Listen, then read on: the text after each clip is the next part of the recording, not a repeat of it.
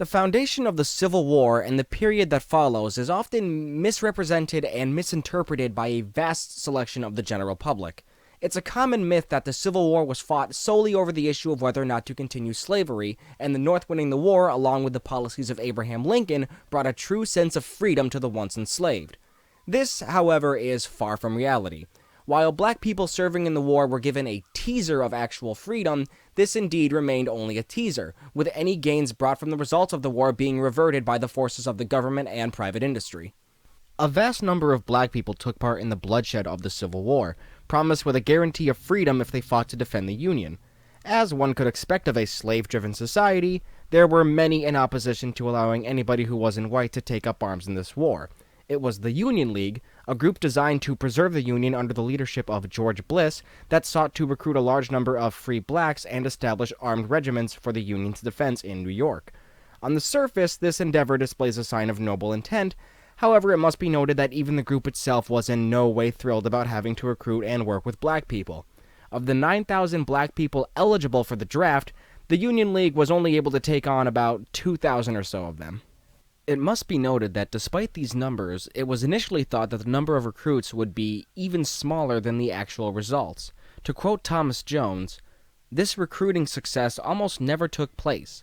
The Committee on Volunteering initially had intended to recruit only white soldiers.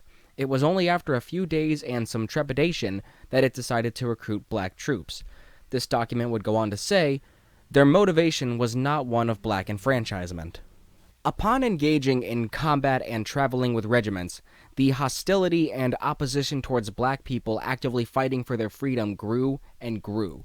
The Confederate forces were extremely adamant in defending the institution of plantation capitalism, and they were certain to emphasize the necessity of keeping black people from taking arms or killing Confederate troops. Confederate forces were so against the creation of black troops that they considered an armed black person or, group of armed black people to be, quote-unquote, equivalent to a slave uprising launched by the federal government against the South. Despite the popular notion that slavery was a sin, and was thus inherently blasphemous and must be stopped, the Confederates seemed to have no remorse or hesitation in killing black soldiers and attacking freed individuals. Black troops were regarded by Confederates as, quote-unquote, so many devils, and according to the Confederates, a black troops' quote-unquote, very presence in the South justified their deaths. To little surprise, brutality against people of color was a common occurrence during the war, as it was for society as a whole at the time. This violence went, in some ways, beyond the standards of war at the time, with many of these attacks being downright cruel and unusual. One particular event saw the brutal slaughter of black Union soldiers who were suffering from dehydration. It was after the Battle of Crater that Confederate soldiers, quote-unquote, quieted wounded black soldiers by a bayonet thrust. This excessive brutality was witnessed by one of the most significant faces of the Civil War, Robert E. Lee. And what did Lee do about this extreme violence? Not a thing, thus perpetuating and essentially endorsing such practices of the Confederacy.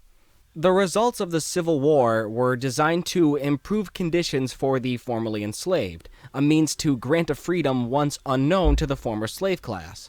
Someone often painted as a hero to the black population is Abraham Lincoln, particularly for the establishing of the Emancipation Proclamation. This proclamation, while indeed a beneficial action, was very limited in its benefit. The impotence of the Emancipation Proclamation was shown further when relating to the actions of the Union League in their hesitance in allowing black people to volunteer for the Union armed forces, blatantly failing to recognize the outlines of this document. Lincoln's lack of dedication to the cause of black enfranchisement is displayed early on in his time as president. In fact, despite the alleged quote-unquote racial abolitionist that Lincoln was thought to be, in his first election to presidency, he explicitly stated his indifference to the issue of slavery. To quote Lincoln, "I have no purpose, directly or indirectly, to interfere with the institution of slavery in the states where it exists. I believe I have no lawful right to do so, and I have no inclination to do so." Lincoln's lack of interest in the black struggle for freedom came in a more subtle fashion later on in his presidency. Ratified after the end of the Civil War, it was the 13th Amendment that seemingly put an end to the system of slavery. To quote, Neither slavery nor involuntary servitude, except as punishment for crime whereof the party shall have been duly convicted, shall exist within the United States or any place subject to their jurisdiction. Notice how slavery is still able to be legally used as a punishment, displaying how the slave system never effectively died, it merely evolved and adapted. This evolution in racial discrimination and persecution came soon after what is known as the quote-unquote Reconstruction period of the United States. Initially, there were admittedly some highly beneficial government actions taken, including the establishment of the 13th Amendment, along with the subsequent 14th and 15th Amendments covering citizenship and suffrage respectively. It was in 1877, over a decade after the end of the Civil War, that these gains were practically reversed by the provisional government in what is truly a display of the hypocrisy of the ruling class and their decisions. Known as the quote-unquote Compromise of 1877, in order to ensure that the Republican Party was granted the win in the election, the Union agreed to remove troops from the South, effectively giving free rein for Southerners to officially reinstate racist policy.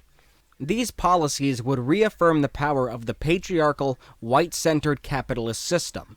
With the Union troops gone, the Southern government brought rise to the quote-unquote Jim Crow laws. These laws were designed specifically to disenfranchise, intimidate, and keep black individuals in a perpetual state of poverty and hardship. This Jim Crow system acted as an explicit manner of enforcing racial discrimination, allowing for extra-legal violence against black people with no repercussion to the perpetrators. A common method of this extra-legal violence used by many during this time was lynching, essentially a public display of the murder of a black person. These lynchings were not isolated incidents. They were all too common and oftentimes were viewed as a family occasion, with people taking pictures and sending photos of the lynchings as postcards. The Civil War is not the quote-unquote revolution that many consider it to be. It was not an egalitarian issue. It was not an issue of black empowerment. It was an issue between two opposing sects of capitalism and the preservation of the Union's developing industrial capitalism. The notion that the end of the Civil War brought about a freedom unknown to black people in America is one of idealism, historical revisionism, and ignorance.